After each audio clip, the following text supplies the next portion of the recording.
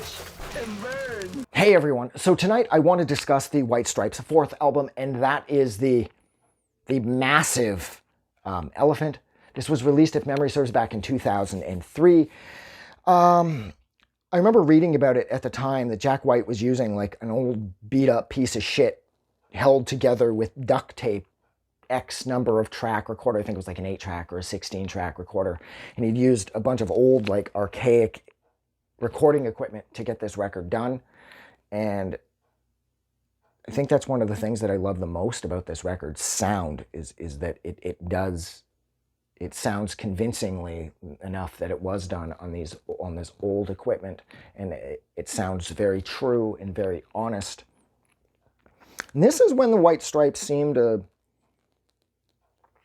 started to pick up a sense of theatricality, or theatricality. I think I was attempting to say there, which isn't a word. It's a really bad way to pronounce theatricality, at least. But yeah, this was when they started to become a little more theatrical. This is when that sort of like, hey, we're on stage in a play thing started to kick in. It's like when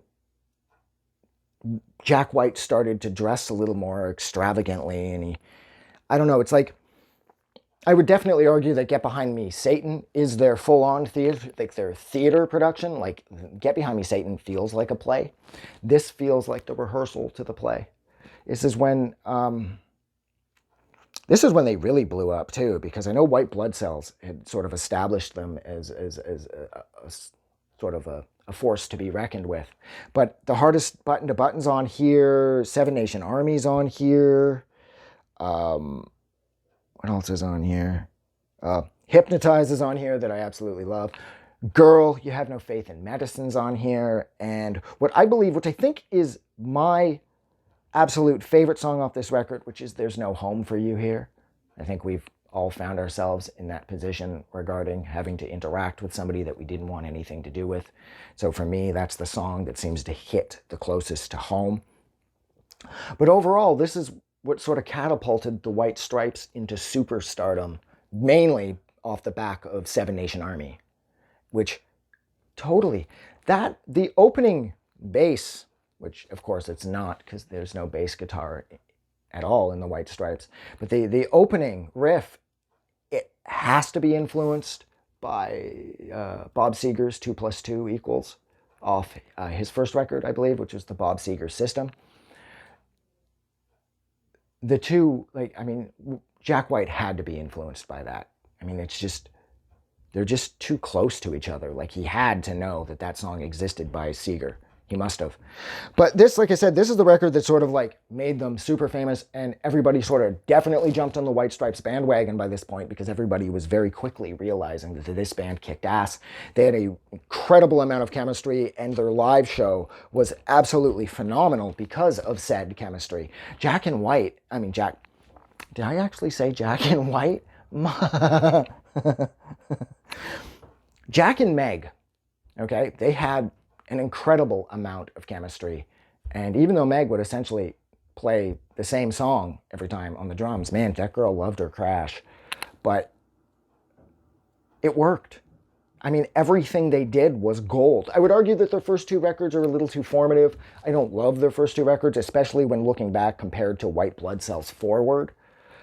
But they've always had chemistry, and this record just serves to sort of add superpowers to that chemistry, because this is the record that turned them into superstars. And it's not hard to see why. I mean, Jack White's songwriting just continued to get stronger and stronger and stronger with each release. And the argument could be made that this is the pinnacle of his songwriting capabilities, or that his songwriting capabilities are put on the best display ever that they ever have on any of the records here on Elephant. Even though I will say White Blood Cells through Get Behind Me, Satan, those three records are so unique, and they're such an individualistic quality to eat. Is individualistic even a word? Individualistic. I'm not sure if that's a word, but from White Blood Cells to Elephant to Get Behind Me, Satan, each of them have like a completely different take on what they were going for, and they have their own personality. It's like they have their own ideas of where they want to go. I don't know. I think actually overall, I think my favorite my favorite White Stripes record would probably be White Blood Cells. I can't fucking talk today. I think it would be, but then Elephant and Get Behind Me, Satan were really fun too, so I don't know. But look, I'm going to leave it there. So thank you so much for hanging out with me for a little over 5 minutes while I fucking rambled pretty uselessly about the White Stripes' massive 2003 offering, and that is Elephant. Like always, if you like this review or whatever this was, don't forget to do something nice for somebody. And don't forget that you are amazing as well. And I hope you're having a really good day or night or whatever it is, whenever it is you're watching this. I don't really know if individualistic is a word. I don't know. Have a good night. I just wanted to say thank you for making it through the entire video. I really appreciate it. And I'm going to remind everyone one more time, even though I've probably already done this in the video that you just watched, to please click the like button as well as the subscribe button because it helps this channel grow. And thank you for hitting like and subscribe, and we will see you guys really soon.